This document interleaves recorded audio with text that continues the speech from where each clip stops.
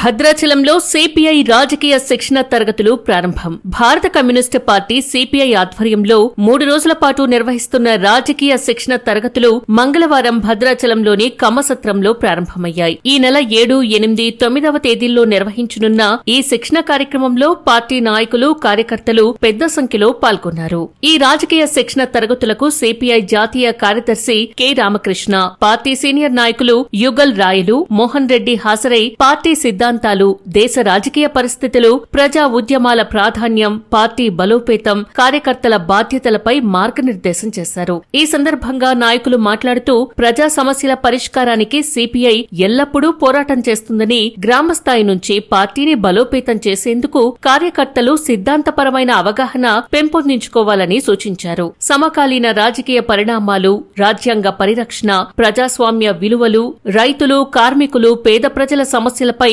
Party అనుసరించాల్సిన కార్యాచరణను వివరించారు. ఈ కార్యక్రమంలో సిపిఐ భద్రాద్రి కొత్తగూడెం జిల్లా కార్యదర్శి సాబీర్ పాషా, పార్టీ జిల్లా నాయకులు కల్లూరి వెంకటేశ్వరరావుతో పాటు జిల్లా, మండల స్థాయి నాయకులు, కార్యకర్తలు పాల్గొన్నారు.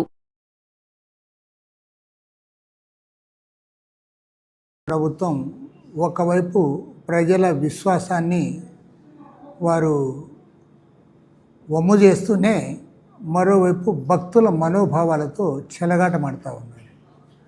2014లో అధికారంలో వచ్చినప్పటి నుంచి ఈనాటి వరకు వారి ఎన్నికల్లో ఏ అంశాలైతే ప్రస్తావించారో వాటిని కూడా పరిష్కారం చేయలేదు.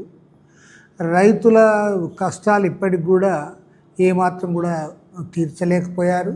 రైతుల అప్పులపాలే. ప్రతిరోజు కూడా 31 మంది రైతులు ఆత్మహత్యలు చేసుకుంటూ ఉన్నారు.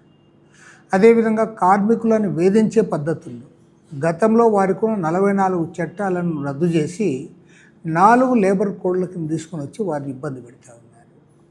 అంతేకాకుండా ఉద్యోగస్తులు, నిరుద్యోగుల సమస్యలు ఏవి కూడా పరిష్కారం చేయలేదు. సంవత్సరానికి 2 కోట్ల మందికి ఉద్యోగాలు ఇస్తామని అధికారానికి ఎక్కి 12 ఏళ్లుగా ఎక్కడ ఉద్యోగాలు ఇచ్చిన పాపాన పోలేదు. పర్యవసానంగా ప్రపంచంలోనే అత్యధిక స్థాయి నిరుద్యోగుల సంఖ్య, తీవ్రత ఉన్న దేశంగా ఇవాళ మన భారతదేశం ప్రసిద్ధికి ఎక్కింది. ధరలు తగ్గించలేకపోయారు, బ్లాక్ మనీ తెప్పించలేకపోయారు, అవినీతిని అరికట్టలేకపోయారు. అన్ని రంగాల్లో విఫలమని ప్రభుత్వం ఇవాళ చివరికి అయోధ్య రామ జన్మభూమి పేరుతో 100 కోట్ల రూపాయలు కాజేసే దొంగలుగా తయారయ్యారు. ఒక్క మాటలో చెప్పాలంటే దాదాపు 3,600 కోట్ల రూపాయలు వసూలు చేసుకొని అందులో 1,400 కోట్ల రూపాయలు వీళ్ళు డబ్బు తినేశారు. 1,400 కోట్లు. దానికి లెక్కలు చెప్పలేకపోతా ఉన్నారు.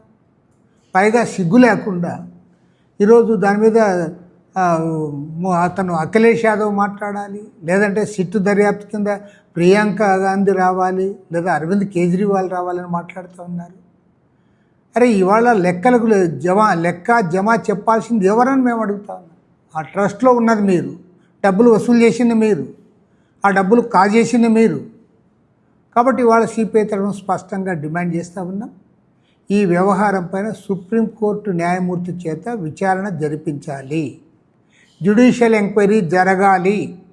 ఎవరైతే ఇందులో ఇన్వాల్వ్ అయినారో వారందరినీ కఠినంగా శిక్షించాలని చెప్పి సిపిఐ తరఫున డిమాండ్ చేస్తూ ఉన్నాం. అదేవిధంగా రైతాంగ సమస్యలపైన, కార్మికుల సమస్యలపైన, ఉద్యోగస్తుల సమస్యలపైన, సాధారణ ప్రజల అందరి సమస్యలపైన పెద్ద ఎత్తున పోరాట కార్యక్రమాన్ని రూపొందిస్తూ ఉన్నాం. రేపు ఆగస్టు 6వ తేదీ నుండి 15వ తేదీ వరకు దేశవ్యాప్తంగా 500 జిల్లాల్లో ప్రచార యాత్ర, పాదయాత్రలు కూడా చేపట్టబోతా ఉన్నాం. పార్టీ యావత్తు కూడా కదిలి పాదయాత్రలు జయప్రదం చేయాలని విజ్ఞప్తి చేస్తూ ఉన్నాం. పాదయాత్రని పూర్తయిన తర్వాత సెప్టెంబర్ 1వ తేదీ నాడు చలో ఢిల్లీ కార్యక్రమాన్ని నిర్వహించడం ద్వారా వేలాది మందితో ఢిల్లీ నగరంలో ధర్నా కార్యక్రమాన్ని చేపట్టబోతున్నాం.